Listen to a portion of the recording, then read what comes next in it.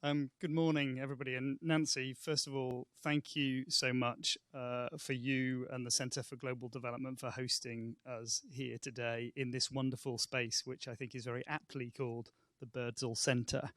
Thanks also to the US chapter of Girls Not Brides and the Coalition for Adolescent Girls for co-sponsoring the event with us and contributing to everything and all the arrangements. It's very clearly paying off with so many people here today. I'm sorry that there aren't seats for everybody, but it just shows how popular and important this event is. Nick Kristof, in his excellent book Half the Sky, says that like the battles against slavery in the 19th century and totalitarianism in the 20th century, the central moral challenge for our century will be the fight for gender equality. The two issues that you'll be discussing here today are at the very centre of that struggle. They are absolutely fundamental to building a bridge to get women and girls out of poverty around the world, into education, and into a full role in society, in social, political, and economic lives of all our countries. Girls around the world must have the voice, choice, and control to determine the course of their own lives. That's what's at stake today. I'm proud to say, and as Nancy referred to, these are issues which the British government, my government, takes seriously. This summit comes only a few weeks after another we hosted on preventing sexual violence in conflict in London a few weeks ago. So the Girls' Summit has the aim of rallying an international movement to end female genital mutilation and child and early forced marriage. Addressing the conference in London today, my Prime Minister said, "It is absolutely clear about what we are trying to achieve. It is such a simple but noble and good ambition, and that is to outlaw the practice of female genital mutilation and early forced marriage, to outlaw them everywhere, for everyone, within a generation."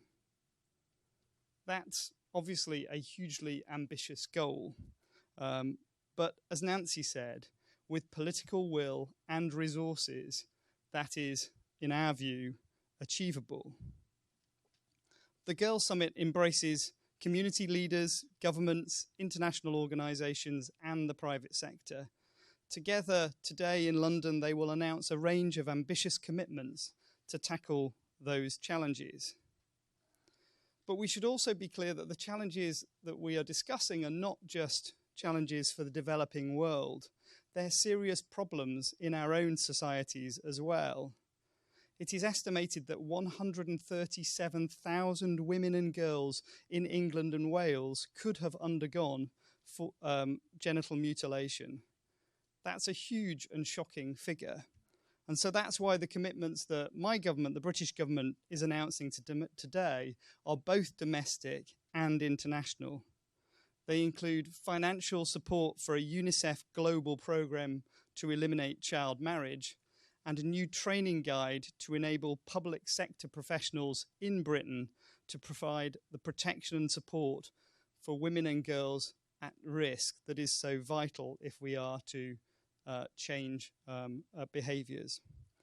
My colleague Emma Wade, sitting over here in the embassy, will say more about those announcements in a panel later.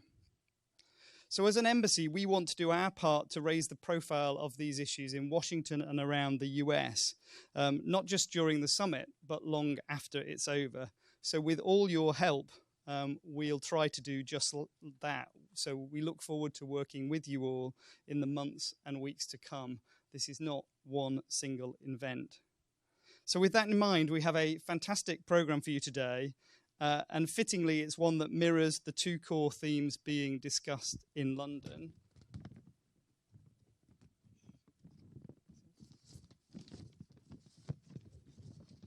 The first panel you have is on sharing what works, so showcasing the experience of different civil society representatives to show that these issues are definitely not too difficult or sensitive to tackle. It's really important on the subjects we're discussing today to remove the taboo and fear, and you'll see some of that in the discussions later. So instead, they'll tell you what really works and how we can build on the progress that others have made. The second panel on agreeing an agenda for change will include British and American representatives. I've mentioned Emma Wade from the embassy before, who will speak about the commitments being made in London today and how the US and UK can work together to continue to focus on these issues long after the summit. So our intention is for today's summit to be just the beginning. So it's great to hear that Nancy, that your centre will do some more work on these issues, and I'm sure many others will too. As I say, it's a challenging ambition we've set to get rid of forced marriage and female genital mutilation in a generation, but there is great cause for optimism if we work together. So with that, I think we should get started. And I'm delighted that the first thing we will do is show an Instagram video from London, What Freedom Is. Thank you very much.